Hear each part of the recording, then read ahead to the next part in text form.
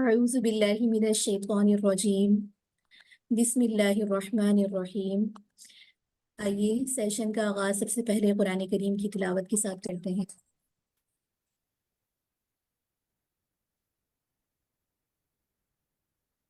بسم الله الرحمن الرحيم يسبح لله ما في السماوات وما في الأرض الملك القدوس العزيز الحكيم هو الذي بعث في الأميين رسولا منهم يتلو عليهم آياته ويزكيهم ويعلمهم الكتاب والحكمة وإن كانوا من قبل لفي ضلال مبين وآخرين منهم لما يلحقوا بهم وهو العزيز الحكيم ذلك فضل الله يؤتيه من يشاء والله ذو الفضل العظيم مثل الذين حملوا التوراة ثم لم يحملوها كمثل الحمار يحمل أسفارا بئس مثل القوم الذين كذبوا بآيات الله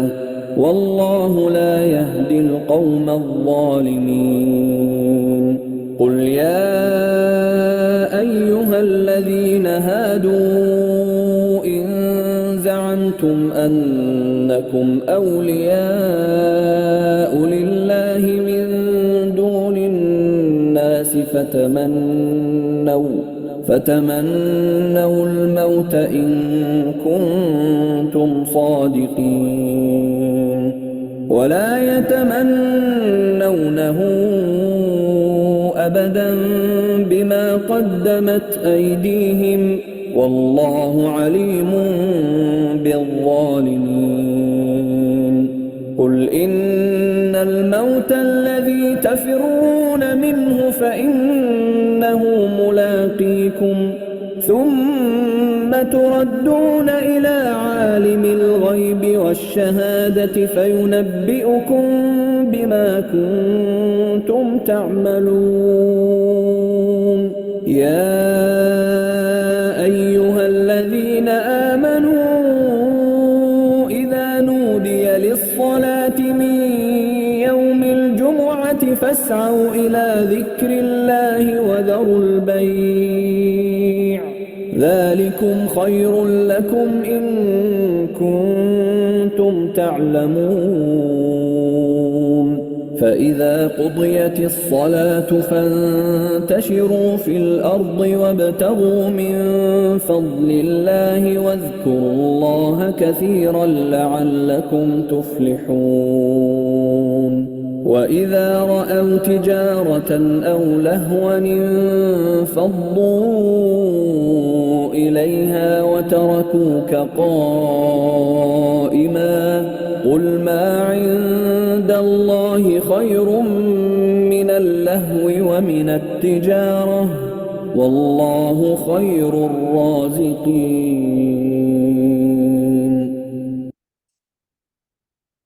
صدق اللہ العظیم۔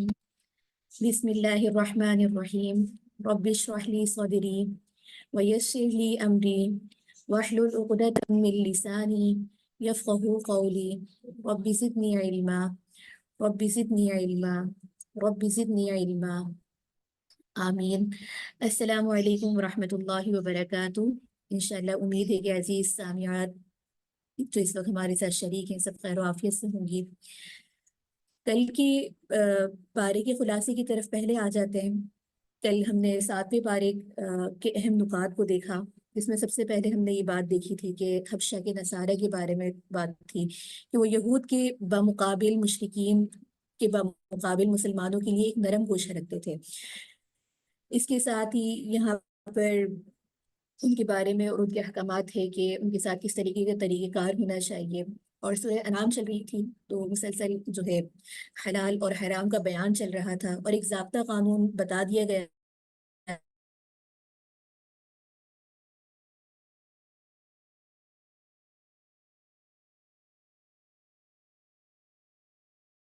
کہ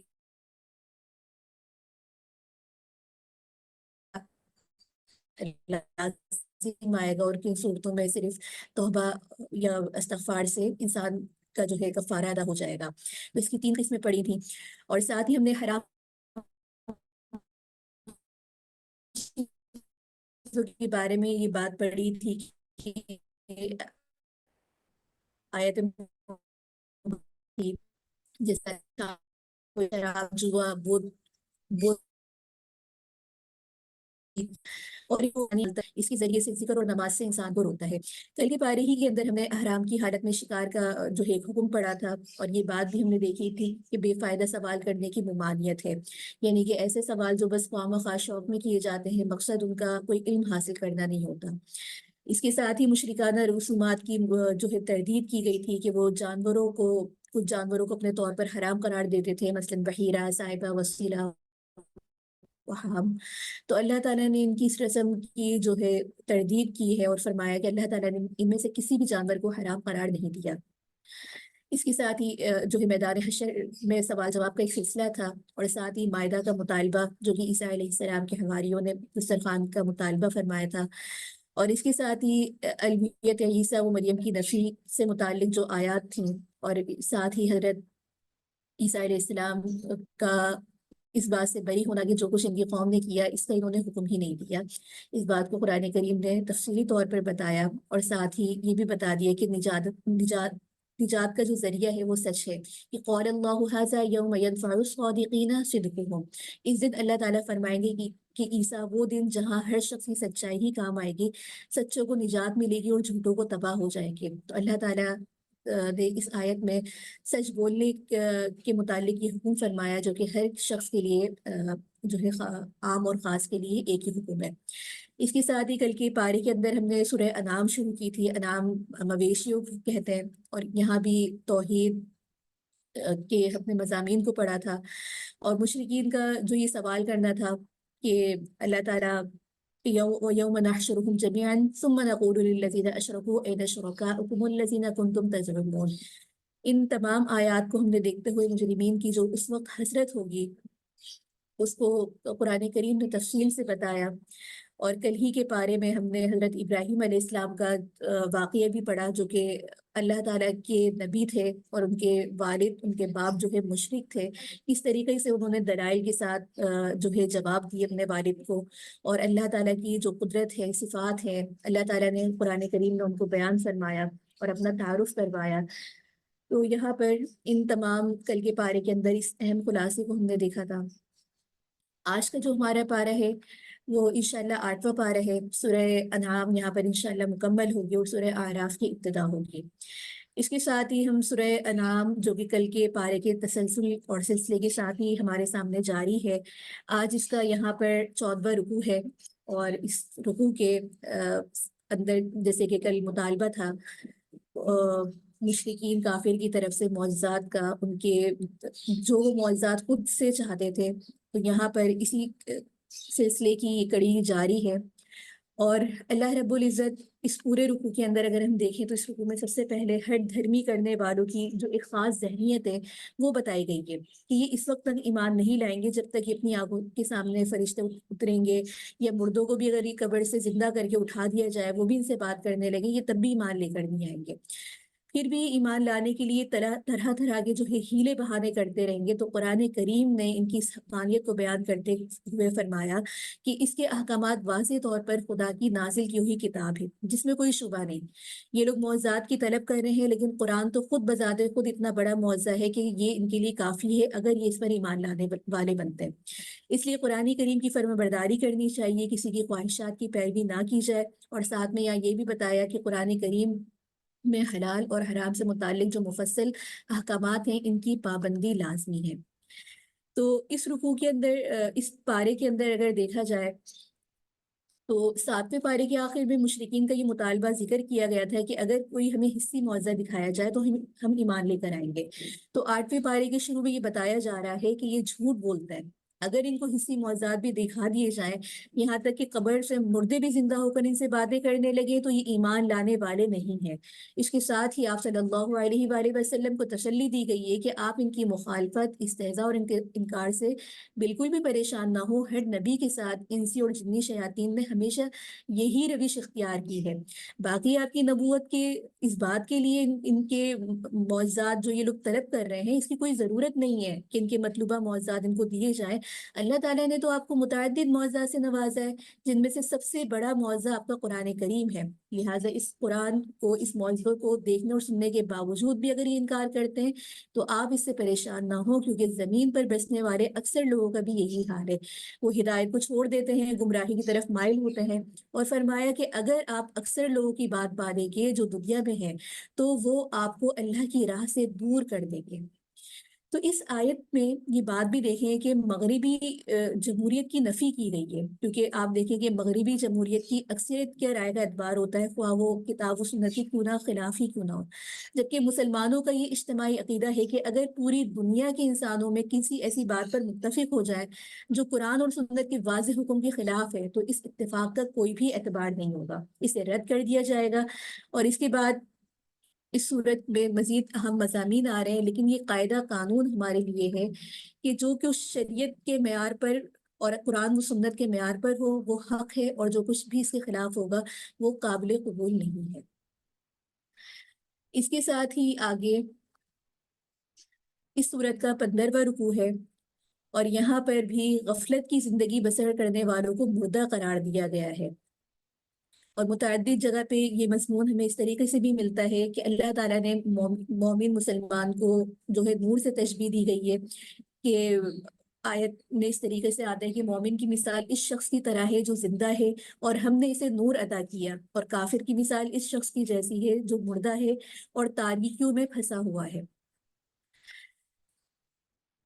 اس رکوع میں یہ بتایا جا رہا ہے کہ خدا کے نافرمانوں کو اپنے اعمال جو ہے بڑے اچھے لگتے ہیں، بڑے خوشنما معلوم ہوتے ہیں، اس لیے وہ خدا کی طرف رجوع نہیں کرتے اور نہ ہی وہ آخرت سے ڈرتے ہیں۔ یہ انکار ان کا جو ہے، ان کا نفس ان کو یہ فریب دیتا ہے۔ اور ساتھ میں یہاں پر یہ بتایا جا رہا ہے کہ جن ہو یا انسان، جو خدا سے باغی ہوگا اس کے پوجنے والے سب جہنم میں جائیں گے۔ اللہ تعالیٰ جس کو ہدایت فرمانا چاہتا ہے اسلام کے لیے اس کا راستہ کھول دیتا ہے، اور جس کے دل میں تنگی ہوتی ہے تو اللہ تعالیٰ اس کے لیے اس کے دل کو تنگ کر دیتا ہے، اور ایمان قبول کرنا اس کے لیے از خود مشکل ہو جاتا ہے۔ یہاں پر آیت نمبر 129 میں اللہ تعالیٰ نے ارشاد فرمایا، جو اس رکوع کی آخری آیت ہے، کہ اسی طرح ہم ظالموں کو ان کے کمائے ہوئے اعمال کی وجہ سے ایک دوسرے پر مسلط کر دیتے ہیں، یعنی کہ اللہ تعالیٰ ان کافروں پر ان کی ضد اور ہٹ دھرمی کی وجہ سے شیاطین اور دوسرے ظالموں کو مسلط کر دیتے ہیں جو انہیں بہکاتے رہتے ہیں۔ چنانچہ ایک حدیث شریف میں بھی ہے کہ جب کسی ملک کے لوگ بد اعمالیوں میں مبتلا ہو جاتے ہیں تو ان پر ظالم حکمران مسلط کر دیے جاتے ہیں۔ اور ایک حدیث میں یہ بات بھی آتی ہے کہ جب کوئی شخص کسی ظالم کے ظلم میں اس کی مدد کرتا ہے تو اللہ تعالیٰ خود اسی ظالم کو مدد کرنے والے پر مسلط کر دیتے ہیں۔ اور بعض مفسرین نے یہ فرمایا کہ اس کا ایک مطلب یہ بھی ہو سکتا ہے کہ شیاطین بھی ظالم تھے اور ان کے پیچھے چلنے والے بھی، چنانچہ آخرت میں بھی ہم ان کو ایک دوسرے کا ساتھی بنا دیں گے۔ اس آیت کی روشنی میں اگر آج ہم اپنے ملک کے حالات پر نظر ڈالیں تو یہ آیت ہم پر صادق آتی ہے۔ رشوت، چور بازی، لوٹ مار، ایک دوسرے کے حقوق کا غصب کرنا، موسیقی، گانے، بے حیائی، جتنے بھی بڑے بڑے گناہ ہیں یہ سب آج ہمارے معاشرے کا ایک ناسور بن گئے، اور یہ برائیاں ہمارے اندر اس قدر رچ بس گئی ہیں کہ ہم نے ان برائیوں کو برا سمجھنا بھی چھوڑ دیا ہے، بلکہ جس کو جو موقع میسر آتا ہے وہ موقع سے فائدہ اٹھا لیتا ہے اور اس سے گریز نہیں کرتا۔ تو اسی وجہ سے آج ہمارے اوپر ایسے حکمران مسلط ہیں جو اللہ اور رسول کے نمائندے نہیں ہیں، بلکہ آپ دیکھیں کہ باطل پرستوں کے نمائندے ہیں، جو عوام کے لیے نہیں بلکہ اپنے خزانے بھرنے کے لیے حکومت کرتے ہیں، جن کی موجودگی میں قانون صرف کتابی ایک حصہ رہ گئی ہے، جن کی موجودگی میں ایک مسلمان کا مال، اس کی زندگی ایک مکھی اور مچھر کی حیثیت سے کچھ بھی زیادہ حیثیت نہیں رکھتا۔ امیر امیر تر اور غریب غریب تر ہوتا جا رہا ہے۔ تو یہ اس آیت کو اگر ہم دیکھیں تو یہ وہ ظلم ہے جو ہمارے خود اعمال کی بدولت ہمارے اوپر مسلط ہوا ہے۔ اس کے ساتھ ہی آگے رکوع ہے 16واں، اور یہاں پر بھی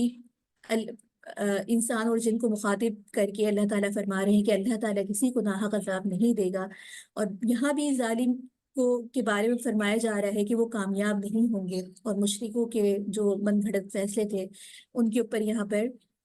بتایا گیا ہے۔ اس کے ساتھ ہی اگر ہم اس پورے رکوع کو دیکھیں تو یہاں پر یہ بتایا جا رہا ہے کہ جن اس کی ہدایت کے لیے ہادی اور رسول آئے، کیونکہ یہ اللہ کی سنت ہے کہ بغیر اتمام حجت کیے ہوئے کسی بستی کو وہ تباہ نہیں کی جاتی۔ پھر خدا کی قدرت کا تذکرہ ہے تاکہ معلوم رہے کہ وہ آج بھی اسی پر قادر ہے جس طرح کل تمام بستیوں کو تباہ و برباد کرنے پر قادر تھا۔ اور ساتھ ہی یہاں پر شرک اور مشرکین کی مذمت کی گئی ہے، اور ان کی حرکتیں جو تھیں وہ اس کا بیان انشاءاللہ آگے آیات میں دیکھتے ہیں۔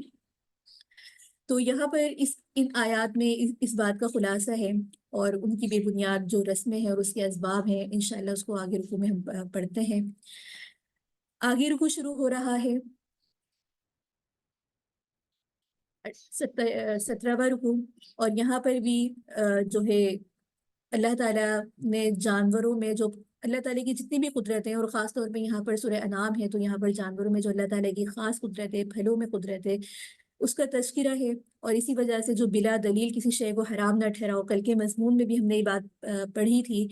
کہ ان لوگ کا ایک وتیرہ یہ تھا کہ اپنی مرضی سے جس چیز کو چاہتے حلال قرار دیتے اور جس چیز کو چاہتے حرام قرار دیتے۔ تو اس رکوع میں سب سے پہلے تو اس بات کا حکم دیا گیا ہے کہ باغ یا کھیتی کی زکوٰۃ اس وقت ادا کی جائے جب پھل توڑے جائیں یا کھیتی کاٹی جائے۔ پھر خدا نے اپنے بہت سے انعامات کا تذکرہ کر دیا جو اس نے اپنے بندوں میں رکھے، مثلاً سواری، گوشت کمانے کے لیے جانور پیدا کیے۔ پھر چند حلال جانوروں کا تذکرہ کر کے یہاں پر یہ بتایا گیا کہ بتوں پر چڑھاوے کا جو دستور مشرکانہ رسم ہے، جاہلیت کے دور میں یہ مشرکانہ رسم ہوتی تھی اور کہا جاتا تھا یہ خدا کا حکم ہے، یعنی کہ رسمیں بھی ان کی خود بنائی ہوئی تھی، اور یہ افطرا بھی اللہ رب العزت کے اوپر رکھتے تھے کہ اللہ نے ہمیں حکم دیا ہے۔ تو اس لیے اس رکوع میں اس بہتان کو جو ہے بہتان قرار دیا، اور خدا پر بہتان جو ہے بہت بڑا ظلم عظیم ہے۔ اس کے ساتھ ہی یہاں پر جو مشرکین کی کچھ بے بنیاد رسمیں ہیں، اور لوگوں نے کسی معقول اور لا علمی کی بنیاد پر مختلف کاموں کو من گھڑت اسباب کی بنیاد پر حلال یا حرام قرار دے رکھا تھا۔ مطلب خود ہی اپنی اولاد کو انتہائی سنگدلی سے قتل کر دیتے تھے، اگر لڑکی پیدا ہوتی تو اپنے لیے بڑی شرم کی بات سمجھتے تھے، اسے زندہ زمین میں دفن کر دیتے تھے۔ اور بعض لوگوں نے لڑکیوں کو دفن کرنے کا یہ جو عقیدہ تھا کہ یہ ان کا یہ عقیدہ تھا کہ فرشتے اللہ کی بیٹیاں ہیں، اس لیے انسانوں کے لیے مناسب نہیں ہے کہ وہ لڑکیاں رکھیں، اور لڑکوں کو بعض اس وجہ سے قتل کرتے تھے کہ ان کو کہاں سے کھلائیں گے۔ اور کچھ لوگ ایسے بھی تھے جو نظر مان لیتے تھے کہ ہمارا جو 10واں لڑکا پیدا ہوگا ہم اسے اللہ کے یا بتوں کے نام پر ذبح کر دیں گے۔ اس کے علاوہ بھی اپنے مویشیوں، کھیتوں کی پیداوار کے بارے میں عجیب غریب قسم کے انہوں نے عقیدے گھڑ رکھے تھے، مثلاً یہ کہ وہ زمین سے حاصل ہونے والے غلے چھپاؤ کا حصہ جو ہے الگ کریں گے، اللہ کا حصہ الگ کریں گے، اپنے شرکاء کا حصہ الگ کریں گے۔ پھر جو ان کے شرکاء کا حصہ ہوتا تو اسے تو اللہ کے حصے کے ساتھ ملنے نہیں دیتے، لیکن جو اللہ کا حصہ ہوتا اگر وہ شرکاء کے حصے کے ساتھ مل جاتا تو اس کو برا سمجھتے تھے۔ اسی طریقے سے ان کی رسموں میں کی بات بھی تھی، ان کے عقیدوں میں، کہ اپنے من پسند دیوتاؤں کو خوش کرنے کے لیے چوپاؤں کو مختلف قسموں میں تقسیم کر رکھا تھا۔ بعض وہ تھے جو کاہنوں اور مذہبی پیشوا جو ان کے اس وقت میں تھے ان کے لیے مخصوص تھے، بعض وہ تھے جن پر سوار ہونا اور ان سے کسی بھی قسم کا فائدہ اٹھانا اپنے لیے جائز نہیں سمجھتے تھے، بعض وہ تھے جنہیں ذبح کرتے وقت اللہ کے بتائے ہوئے اللہ کے بجائے جو ہے بتوں کے نام پر وہ ذکر کرتے تھے، حتیٰ کہ ان پر سوار ہو کر حج کے لیے جانا بھی اپنے لیے ناجائز سمجھتے تھے۔ اس طرح سے کہتے تھے کہ خاص چوپاؤں کے پیٹ میں جو بچہ ہے اگر وہ زندہ پیدا ہوگا تو وہ صرف مردوں کے لیے مخصوص ہے، اور اگر مردہ پیدا ہوگا تو وہ اللہ تعالیٰ جو ہے مرد اور عورت سب کے لیے حلال ہے۔ تو اس طرح کی رسموں کا ذکر کرنے کے بعد اللہ تعالیٰ فرما رہے ہیں کہ حقیقت میں یہ وہ لوگ ہیں جو بڑے خسارے میں ہیں، جنہوں نے اپنی اولادوں کو کسی علمی وجہ کے بغیر محض جو ہے ایک حماقت میں قتل کیا، اور اللہ نے جو رزق ان کو دیا اس پر بہتان باندھ کر حرام کر لیا اور بری طرح گمراہ ہوئے، اور ایسے لوگ کبھی بھی ہدایت پر نہیں آئیں گے۔ اس کے ساتھ ہی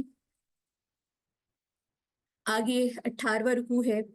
اور اس رکوع کے اندر بھی اللہ تعالیٰ نے کن کن چیزوں کو حرام کیا ہے اس کے متعلق بات ہے، اور یہود کی جو سرکشی ہے اس کی سزا کا یہاں پر ذکر ہے، اور مشرکین کی خوشنما جو ان کے اپنے بارے میں خوش فہمی تھی تو وہ کن دلائل کی بنا پر تھی، اس رکوع کے اندر اس بات کو ذکر کیا گیا ہے۔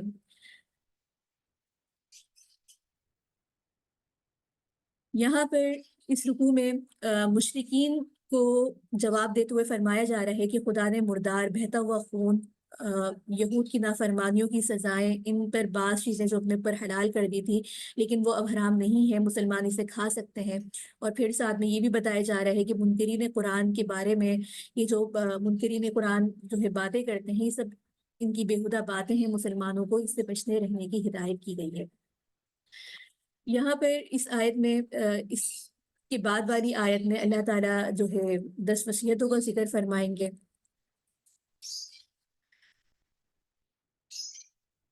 آگے سلائڈ پر چلتے ہیں، اور ان کی یہ سزا تھی کہ اللہ یہودیوں نے جتنی بھی چیزیں اپنے اوپر از خود حرام کی تھی، تو اللہ تعالیٰ نے ان کے لیے یہی بات فرمائی کہ یہ لوگ کبھی ہدایت پر نہیں آئیں گے، اور جو ہدایت پر نہیں آئیں گے، ایمان سے خالی ہوں گے، تو ان کا ٹھکانہ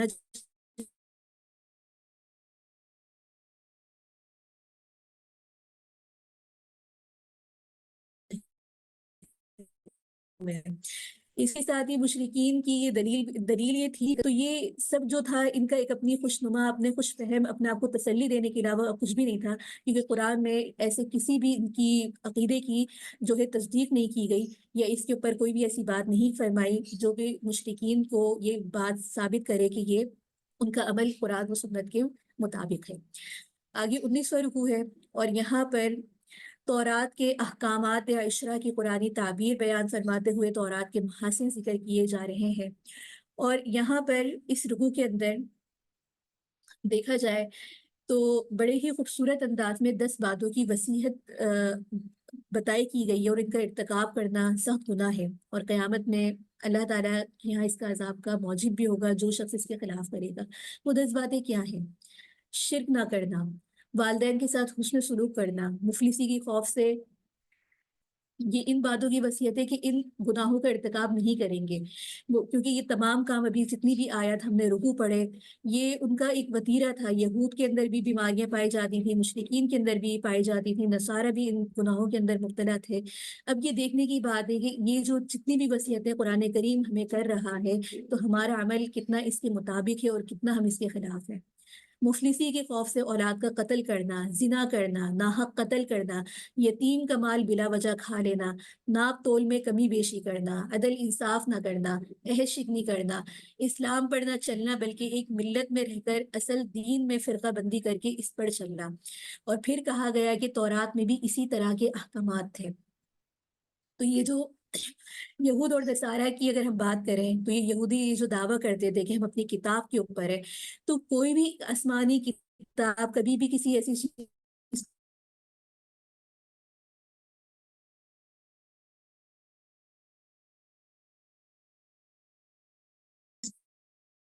جو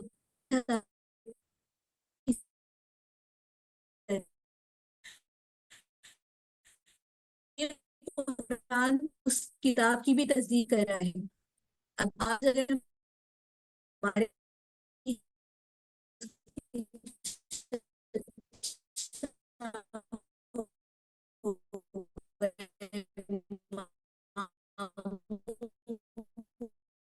اس کے اپنے رشتے دار نہ تو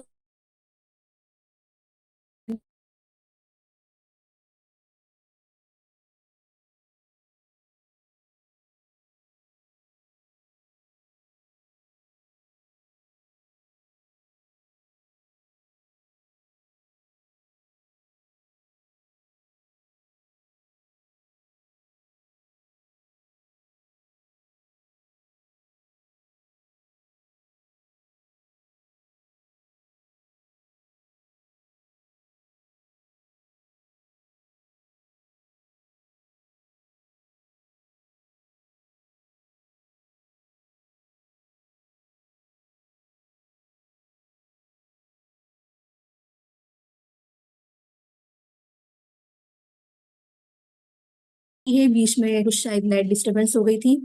کوئی مجھے چیٹ میں لکھ کے بتا دیں ذرا۔ جی آواز کلیئر ہے سسٹر آپ کی۔ جی جزاک اللہ خیر۔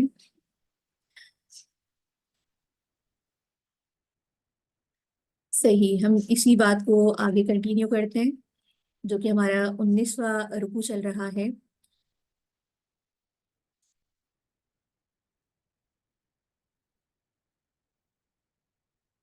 آپ لوگ کا کچھ منٹ کبھی کبھی نیٹ کی وجہ سے ہو جاتے ہیں، تو اس کے لیے دلی طور پہ معذرت۔ تو یہ تمام چیزیں اللہ تعالیٰ نے تورات کے محاسن بھی بیان کر دیے، اور ساتھ میں یہ بھی بتا دیا کہ سابقہ انبیاء کو بھی جو کتابیں جو دی گئی تھیں، تم اگر اس کے مطابق اپنے آپ کو سمجھتے ہو تو تمہارا عمل بھی اس کے مطابق ہونا چاہیے، نہ کہ اس کے خلاف۔ اس کے ساتھ ہی آگے اس سورت کا 20واں جو کہ آخری رکوع ہے، یہاں پر بھی نزول قرآن اور مشرکین مکہ کے لیے اتمام حجت کا تذکرہ ہے، اور اللہ تعالیٰ کی نشانیاں دیکھنے کے بعد بھی ایمان لانا اور عمل کرنا جو ہے اگر مفید نہ ہوگا، قیامت کی آخری نشانی کے طور پر ذکر کیا گیا، اور فرقہ پرستوں سے آپ صلی اللہ علیہ وآلہ وسلم کا کوئی تعلق نہیں۔ اس تمام مضامین کو یہاں پر بیان کیا گیا، اور اس رکوع میں یہ بتایا جا رہا ہے کہ قرآن کریم کے نزول کے بعد حجت تمام ہو گئی ہے۔ اب کوئی یہ نہیں کہہ سکتا کہ ہماری طرف کتاب نہیں بھیجی گئی ہے، نہ کوئی رسول آیا۔ تو اب جب رسول صلی اللہ علیہ وآلہ وسلم آ گئے ہیں اور کتاب قرآن نازل ہو گئی ہے، تو لوگوں کو ہدایت اختیار کرنی چاہیے، ورنہ قیامت میں سخت عذاب ہوگا۔ اور پھر یہاں پر یہ بتایا جا رہا ہے کہ عذاب آتا دیکھ کر ایمان مقبول نہیں ہوگا۔ اور پھر آخر میں اسی سبق کی یاد دہانی کروائی گئی ہے کہ جو حضرت ابراہیم علیہ السلام نے اپنی قوم سے کہا تھا کہ قل ان صلاتی ونسکی ومحیای ومماتی للہ رب العالمین، کہہ دو کہ میری نماز، میری قربانی، میرا جینا، میرا مرنا سب رب العالمین ہی کے لیے ہے۔ تو اللہ رب العزت سے دعا ہے کہ اللہ رب العزت ہمیں بھی اس آیت کی مصداق ایسا ہی بنا دے، ہمارے قول سے، ہمارے عمل سے اللہ تعالیٰ ان تمام باتوں کو ظاہر بھی کروائے، عمل بھی کروائے، اور ہمارا ہر عمل قرآن کے مطابق ہونا کہ قرآن کے مخالف۔ اس کے ساتھ ہی آگے سورۃ الاعراف شروع ہو رہی ہے۔ اس کی وجہ تسمیہ ہے، زمان نزول اور مضامین کے اعتبار سے اگر ہم دیکھیں تو وجہ تسمیہ 5ویں رکوع میں ایک مقام پر آراف والوں کا ذکر ہے، اور آراف اس نسبت سے نام رکھا گیا ہے کہ آراف جنت اور جہنم کے درمیان ایک مقام کا نام ہے۔ زمان نزول کے اعتبار سے دیکھیں تو اس صورت کا زمان نزول تقریباً وہی ہے جو سورہ انعام کا تھا۔ مضامین کے اعتبار سے دیکھیں تو اس صورت کا مرکزی مضمون دعوت اور رسالت ہے۔ ساری گفتگو کا مدعا یہ ہے کہ لوگوں کو اتباع رسول پر آمادہ کیا جائے، لیکن اس دعوت میں ڈرانا زیادہ ہے۔ اس کے ساتھ ہی یہاں پر خطاب کا جو رخ ہے وہ یہودیوں کی طرف پھیر دیا گیا ہے، اور ساتھ ہی دعوت رسالت کے اس پہلو کو بھی واضح کر دیا گیا ہے کہ رسول پر ایمان لانے کے بعد ان کے ساتھ منافقانہ روش اختیار کرنے اور سماع و طاعت کا عہد کرنے والوں کے بعد اسے توڑنے والوں کا انجام کیا ہوگا، اس کے متعلق یہاں پر جو ہے ذکر ہے۔ اس کے ساتھ ہی سورت کے آخر میں آپ صلی اللہ علیہ وآلہ وسلم اور آپ کے صحابہ کو حکمت تبلیغ کے متعلق چند اہم ہدایات دی گئی ہیں۔ آتے ہیں اس سورت کے پہلے رکوع کی طرف، جو کہ پہلا رکوع شروع ہو رہا ہے حروف مقطعات سے، اور آیت کے مضامین میں جو بات ہمیں ملتی ہے کہ قرآن کے مقابلے میں کسی اور کی پیروی نہ کرو، ظالم قوم کے نجات سے عبرت حاصل کرو، اور روز قیامت باس پرس ہو کر رہے گی۔ یہ بار بار یاد دلوا کر انسان کو اس طرف لایا جا رہا ہے کہ انسان جو بھی اپنا عمل کر رہا ہے اس پر اس کو جواب دہی کرنی ہے۔ وہ اس کا سوال، جو اچھا کام کر رہا ہے، جو برا کام کر رہا ہے، اپنا وقت کہاں گزار رہا ہے، اس کا فائدہ کتنا ہو رہا ہے، تو یہ ہر چیز کو اس کو حساب دینا ہے۔ اور ساتھ میں اللہ تعالیٰ نے آخر میں یہ بات فرما دی کہ بہت کم لوگ ہیں جو شکر ادا کرتے ہیں۔ اس پورے رکوع کے خلاصے کو اگر ہم دیکھیں تو اس رکوع میں پہلے تو نزول قرآن کی یہ غرض بتائی گئی ہے کہ اس کے ذریعے منکرین کو ان کے اعتقادی اور عملی گمراہیوں سے، برے انجام سے ڈراؤ، اور مومنین کی یاد دہانی کراؤ۔ اور ساتھ میں یہ بتایا جا رہا ہے کہ انسانوں کو اپنے وجود کی غرض و غایت کو سمجھنے اور اس کے مطابق زندگی بسر کرنے کے لیے جس ہدایت نامے کی ضرورت تھی وہ قرآن آ کی ہے۔ پھر نافرمانوں کو عذاب الہی سے ڈرایا گیا، اور اس کے لیے تاریخی شہادت کے طور پر اجمالی حیثیت سے بہت سی ایسی ہستیوں کا ذکر ہے جنہوں نے انکار کیا، سرکشی کی، اور اس کی بدولت کیا ہوا کہ اچانک رات کو عذاب نے لیا۔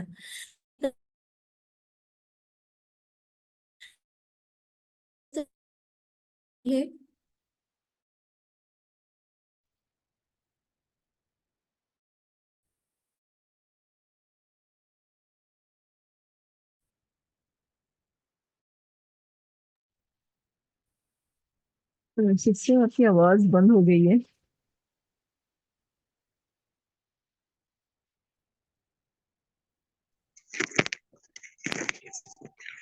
جی ٹھیک ہے، سمجھ گئی. ابھی میری آواز کلیئر آ رہی ہے؟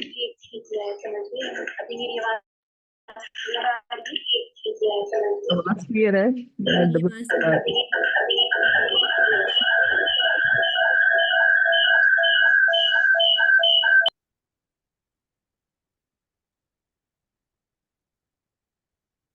جی آواز کلیئر ہے. جی جی آواز کلیئر ہے. الحمد للہ. الحمد للہ.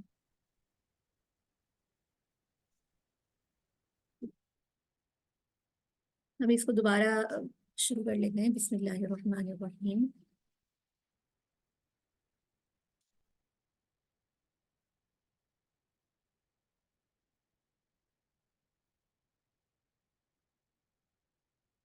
انشاءاللہ امید ہے کہ اسکرین شیئر ہو رہی ہوگی آپ کے ساتھ. بسم اللہ الرحمن الرحیم. تو اس پہلے رکوع میں یہ تمام نکات اور اہم بات یہ بتائی جا رہی ہے. جب بھی منکرین اور ان کے اعتقاد اور ان کے برے انجام کی طرف بتایا جاتا ہے تو ساتھ ساتھ مومنین کو بھی وہاں مخاطب کیا جاتا ہے کہ اس چیز سے جو ہے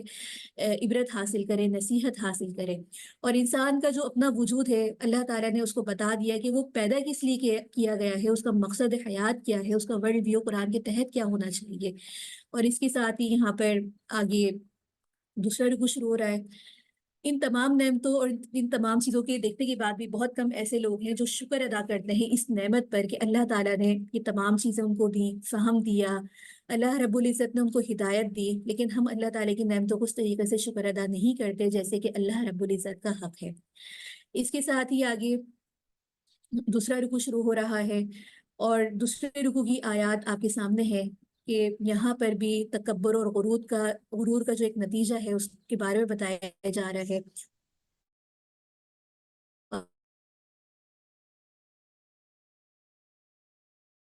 اور ابلیس کے جو ناپائق عزائم اگر انسان اپنے گناہوں پہ اصرار کرتا رہتا ہے اور اس پر جمع رہتا ہے تو اس کا انجام کیا ہوتا ہے. تو یہاں پر گزشتہ رکوع میں دیکھا جائے تو یہ بات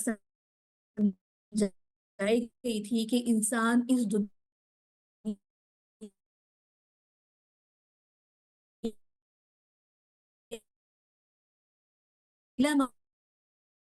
سے جو اختیارات اور اپنی مرضی کا حکم نافذ کے لیے اس کو بھیجا. اس لیے اس رکوع میں تفصیل کے ساتھ حضرت آدم علیہ السلام کی پیدائش، فرشتوں کے سجدے اور ابلیس کے انکار کا تذکرہ ہے. اور یہاں پر یہ بات کہ ابلیس کے بہکانے میں آ کر حضرت آدم علیہ السلام سے ایک لغزش ہوئی تھی اور وہ یہ کہ جس درخت کے قریب جانے سے انہیں روکا گیا تھا اس کا پھل کھا لیا تھا. نتیجہ کیا ہوا کہ جنت سے اتار کر زمین پر بھیج دیے گئے، کیونکہ حضرت آدم علیہ السلام کی تخلیق اسی لیے ہوئی تھی کہ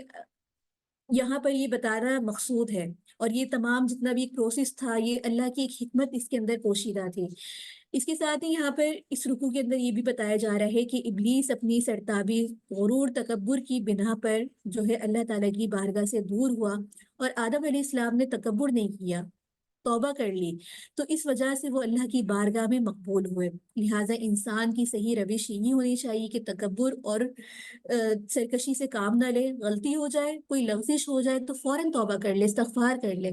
اللہ تعالیٰ اتنے رحیم ہے، اتنے کریم ہے کہ بار بار جب ان ایسے واقعات کا تذکرہ آتا ہے تو ساتھ میں اللہ رب العزت قرآن کریم میں بہت پیارے انداز میں فرماتے ہیں کہ ان اللہ غفور الرحیم، ان اللہ غفور الرحیم.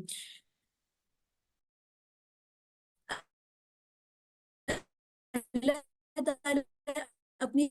صفات کا ذکر فرماتے ہیں کہ انسان کو بتایا بھی جاتا ہے کہ رحمت بار بار تذکرہ ہو رہا ہے. اس کے ساتھ ہی آگے تیسرا رکوع ہے. اس رکوع میں بھی بنی آدم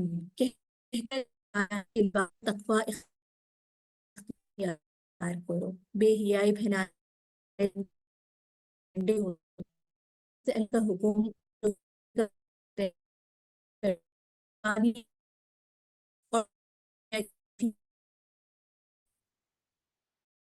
اور اس ساتھ ہی اس کو یہ بتائے جا رہے ہیں.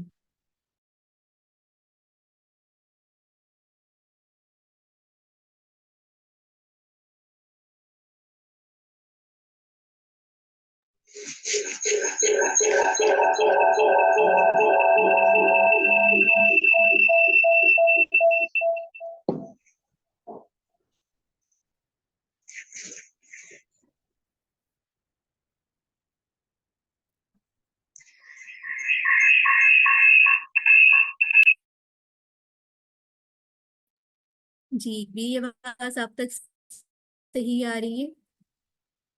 جی آواز کلیئر ہے.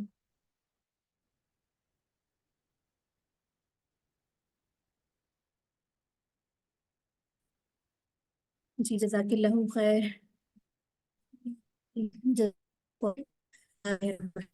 تو یہ رکوع ہے. تیسرا رکوع میں یہ بتایا جا رہا ہے کے لیے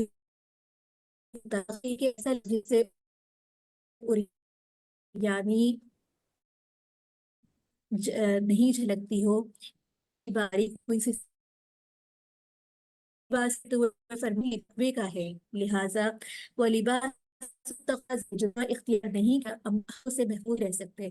پھر اللہ کا اراد کا گیا ہے اور ساتھ میں یہ بتایا گیا ہے کہ بہت گمراہ لوگ ہیں اور اپنے آپ کو وہ حق پر سمجھتے ہیں، ان سے ہوشیار رہنا چاہیے. اچھا یہاں پر یہ اس پر یا بنی آدم کہہ کر 4 مرتبہ اللہ رب العزت نے لباس کی بات کی ہے.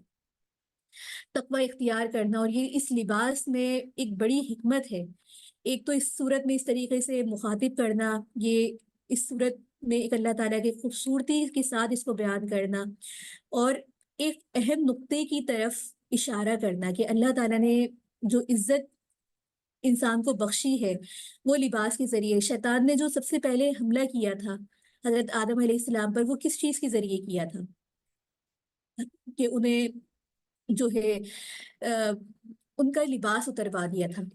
تو لہٰذا یہ معلوم ہوتا ہے کہ لباس اللہ کی ایک نعمت ہے، اور لباس کا ستر چھپانا، اس کی زیب بخشنا، یہ تقوی کا لباس اختیار کرنا، کیونکہ یہ عریانی سے بچاتا ہے، شیطانی حملوں سے بچاتا ہے.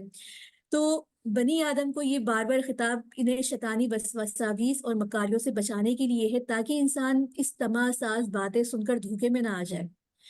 تو اگر ہم لباس کے متعلق بات کریں اور اپنے ارد گرد پر نظر ڈالیں تو بے حیائی کا جو ہمارے یہاں ایک سیلاب نظر آتا ہے، اور عورت کو آزادی کا جھانسا دے کر اس کا لباس سب سے پہلے ختم کروایا جاتا ہے، اور اسے ایسے جگہوں کی زیب و زینت بنایا جاتا ہے جہاں مردوں کی نظریں اس کو نظر آتی ہیں، اور شیطان ان نظروں سے تسکین اس کو ملتی ہے. اس کی وجہ آپ دیکھیں آج ہمارے معاشرے کے اندر ہماری بچیوں کو اگر آپ خاص طور پہ دیکھیں، کیونکہ بچیوں کی بات میں اس لیے کروں گی کہ تربیت گھروں سے ہوتی ہے. جس طریقے کے ہمارا ماحول ہے، ہم تربیت دے رہے ہیں کہ بچیوں کے دوپٹے، جب آپ یونیورسٹی کالجز یہ سب کے بارے میں بات نہیں ہے، ان گھرانوں میں جہاں پر یہ بات اس قدر عام ہو چکی ہے کہ ان کی بچیاں بغیر دوپٹوں کے کالج، یونیورسٹی، روڈوں پہ، مالوں کے اندر جا رہی ہوتی ہیں، اور انہیں اس بات سے کوئی شرم، کوئی آر محسوس نہیں ہوتی. تو یہ وہ شیطانی حربہ تھا جو انسان کے لباس کے اوپر اس نے اٹیک کیا. تو آج اللہ تعالیٰ نے تو قرآن میں لباس کے متعلق یہ بات فرما رہے ہیں، لیکن ہمارا عمل آپ دیکھیں کہ اس کے کتنے برخلاف ہے. یہ تمام وہ چیزیں جب انسان کا لباس ختم ہوتا ہے تو بے حیائی اس کے اندر سرایت کر جاتی ہے، اور بے حیائی پھیلانے والے جتنے بھی کام ہوتے ہیں وہ شیطان کے ایک اس کا ایک ہتھیار ہوتا ہے.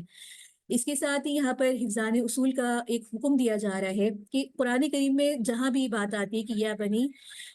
کہ کھاؤ پیو ولا تسرفو، لیکن اسراف نہ کرو.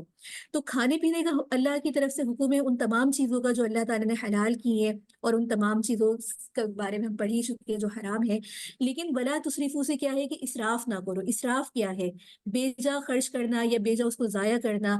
اور اپنی حفظان صحت کا یہ اصول بتا دیا کہ انسان اپنی جانوں کے اوپر ایسے چیزوں کو کھانا یا ایسی چیزوں کا استعمال کرنا یا پھر ان کو اپنے جسم کا حصہ بنانا جو اس کے لیے بے فائدہ ہوں. جیسے کہ آج ہمارے یہاں آپ دیکھیں کہ فوڈ اس طرح کے آ گئے ہیں جن کو ہم دکھنے میں بڑے خوشنما لگتے ہیں، باہر سے فوراً لیا، آرڈر کر دیا، بچے برگرز، پیزا اور جنک فوڈس وغیرہ کی طرف بہت ہیں. تو یہ تمام چیزیں ہمیں دیکھنے کی ضرورت ہے کہ ہمارے جسم کے لیے کتنی بہتر ہے اور کتنی مضر ہے. اس کے ساتھ ہی آگے چوتھا رکوع شروع ہو رہا ہے، اور یہاں پر اللہ تعالیٰ نے کیا کیا حرام کیا ہے، اور جن قوموں پر جو زوال آئے گا اس کی وجوہات، کامیابی اور ناکامیابی کے راستے اور گمراہی پھیلانے والوں کا انجام کا تذکرہ ہے. اس رکوع کے اندر دیکھا جائے تو یہاں پر یہ بتایا جا رہا ہے کہ حلال اور جائز زیب، زینت اور رزق کو حرام سمجھنا غلطی ہے، اور اللہ نے اسے حرام قرار نہیں دیا۔ اس نے کفر، نفاق، ظلم، تکبر اور شرک وغیرہ کو حرام قرار دیا ہے، اور ساتھ میں یہ بتایا کہ انبیاء اور رسول خدا کی آیات لے کر آتے ہیں، اس کے لیے اسے مان کر جو تقوی اور عمل صالح اختیار کرے گا وہ کامیاب رہا، جو اللہ کی آیات کو جھٹلائے گا، تکبر کرے گا، اس کے لیے قیامت کے دن دردناک عذاب ہوگا۔ جس طرح اونٹ سوئی کے دھاگے میں نہیں جا سکتا، اسی طریقے سے جو ہے انسان جنت میں نہیں جا سکتا، ظلم کرنے والے، تکبر کرنے والے۔ اس کے ساتھ ہی آگے 5واں رکوع شروع ہو رہا ہے، اور اس رکوع کے اندر جھٹلانے والوں کے لیے، سرکش لوگوں کے لیے بھی یہ بات بتائی جا رہی ہے کہ جنت میں داخل نہیں ہو سکتے، اور جنت جو ہے عمل کی وجہ سے عطا کی جاتی ہے، نہ کہ کسی کی نسبت کی وجہ سے، کہ فلاں شخص کی نسبت سے ہے، فلاں کو ماننے والے ہیں، اگرچہ آپ کا عمل اس کے خلاف ہی کیوں نہ ہو۔ اور یہاں پر اہل جنت کی، اہل جہنم کے ساتھ ایک گفتگو ہے، اور ساتھ ہی اصحاب اعراف کا تذکرہ ہے۔ اس پورے رکوع کو خلاصہ اگر دیکھا جائے تو اس رکوع میں یہ بتایا جا رہا ہے کہ اللہ کی آیات کو جھٹلانے والے جنت میں نہیں جا سکتے، اور پھر اہل جنت اور اہل نار کے مکالمے کا ذکر ہے۔ جنت والے کہیں گے کہ کیا تم نے دیکھ لیا کہ پروردگار کا وعدہ کتنا سچا ہے؟ تو اہل دوزخ کہیں گے کہ ہاں، اور اصحاب کہف اور اصحاب جنت کے مکالمے کا بھی ذکر ہے کہ اصحاب اعراف امیدوار میدان جنت میں کھڑے ہوں گے، تو اہل جنت سے پکار کر کہیں گے کہ سلامتی ہو تم پر، اور جب یہ آراف والے دوستیوں کی طرف دیکھیں گے تو وہ کہیں گے کہ اے ہمارے رب، ہم کو ظالموں کا ساتھی نہ بنا۔ تو یہاں پر اس رکوع میں اس بات کی طرف اشارہ ہے۔ اس کے ساتھ ہی آگے 6واں رکوع ہے، اور یہاں پر بھی اصحاب جو ہے اصحاب اعراف، اہل جنت اور اہل جہنم اور اصحاب اعراف کا تذکرہ، ان کے مکالمات کا ذکر ہے، اور روز قیامت غافلین جو حسرت کے اندر پڑے ہوئے ہیں ان کی حسرتوں کا یہاں پر اللہ رب العزت نے ذکر فرمایا۔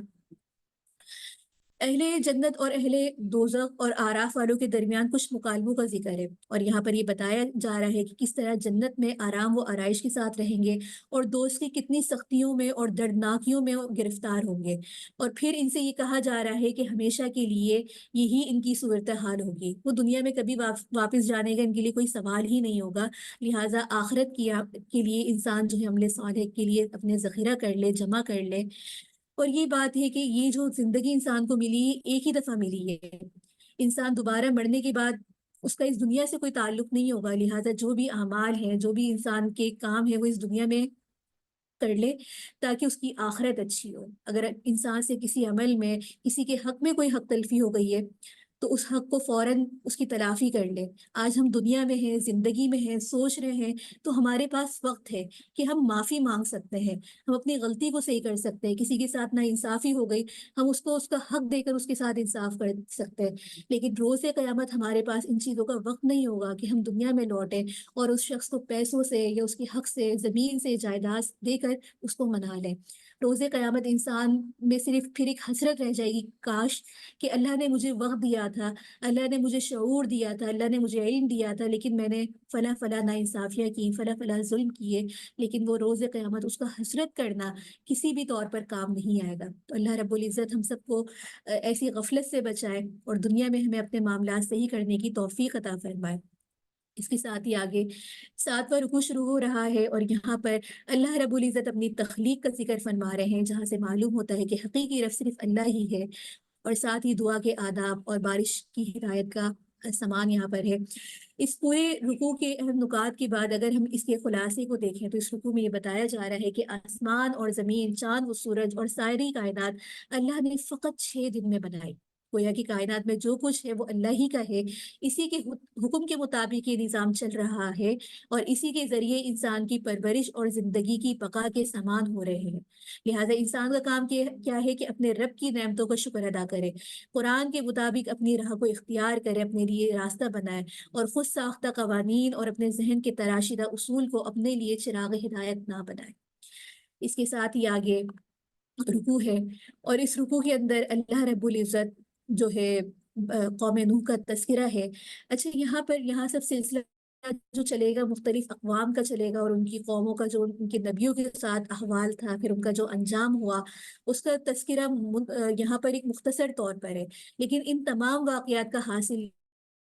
یہ ہے کہ ان واقعات سے انسان عبرت حاصل کرے کہ ان قوموں کو جو انجام ہوا وہ کس وجہ سے ہوا۔ تو یہاں پر قوم نوح علیہ السلام کی داستان کا تذکرہ ہے اس رکوع کے اندر۔ قوم نوح کے بارے میں ہم نے یہ بات جانتے ہیں کہ حضرت نوح علیہ السلام کی دعوت اور ان کی قوم کی سرکشی اور انکار اور طوفان کی شکل میں ان کے اوپر عذاب کا تذکرہ ہوا، اور کس طرح سے اللہ نے اپنے رسولوں کے دشمنوں کو تباہ کر دیا، اور کس طرح سے اپنے رسولوں کو ان کی سچائی کی پیروی کرنے والوں کو عذاب سے بچا لیا تھا۔ اور اس واقعے سے عبرت دلانا مقصود یہ ہے، اور یہ مقصود دلانا ہے کہ اللہ تعالیٰ ہر قسم کی عذاب لانے کے اوپر قادر ہے۔ آگے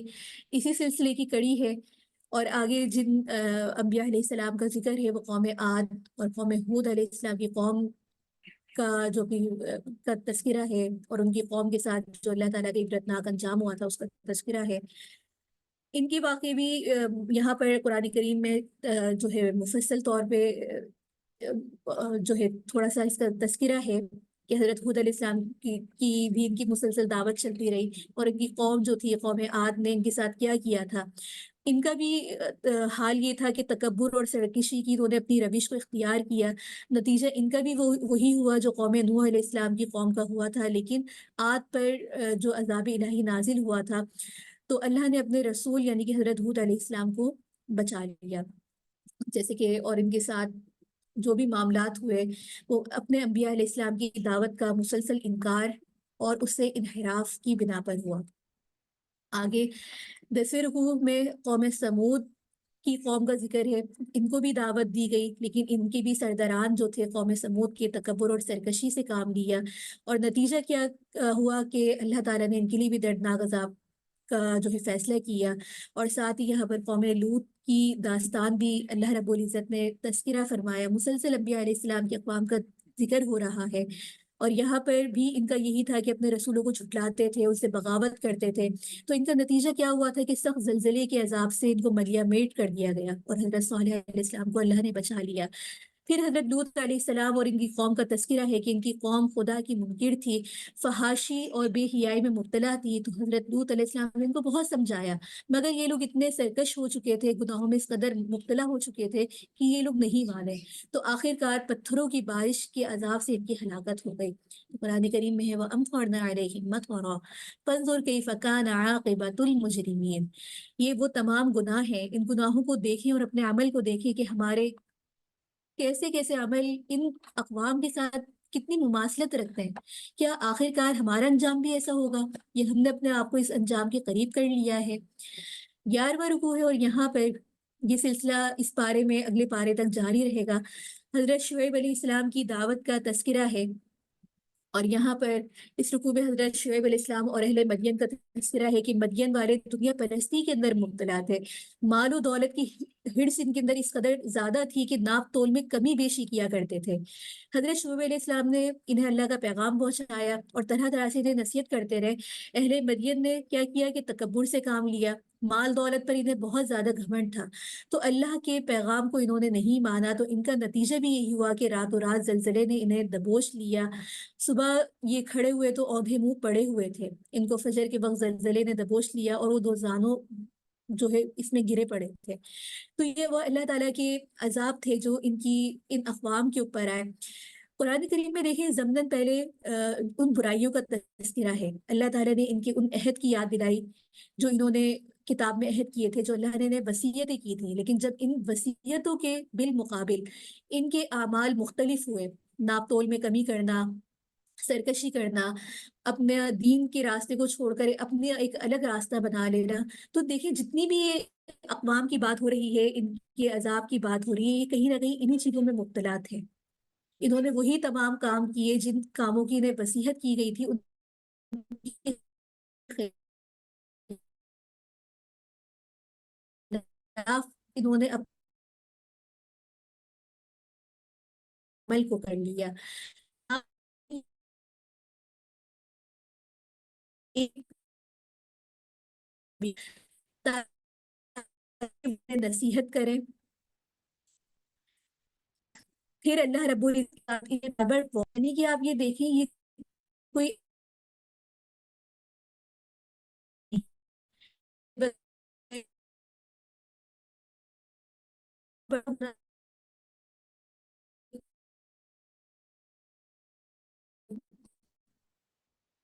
فحاشی سے جن چیزوں میں آج کل یہ مبتلا ہیں،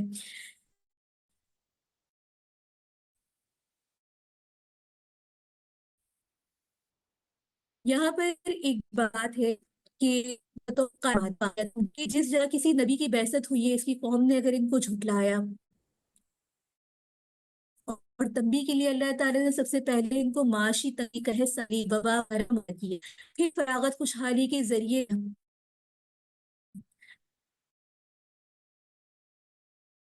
پھر تمام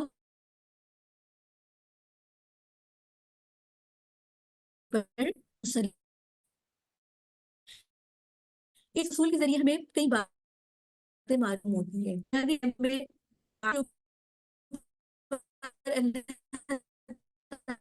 سر آواز کلیئر نہیں ہے، آواز تو وہ کلیئر بغیر نہیں اتمام حجیت کے پہلے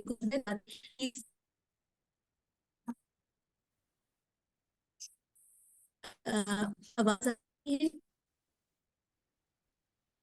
بس آتی ہے پھر چلی جاتی ہے، صاف نہیں ہے، آواز کلیئر نہیں ہے.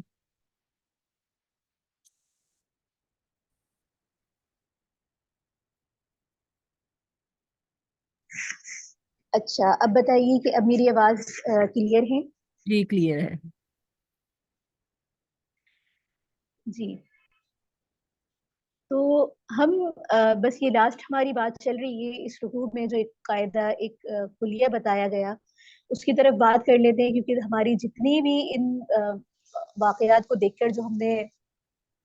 سبق اور عبرت حاصل کرنی ہے وہ یہی ہے کہ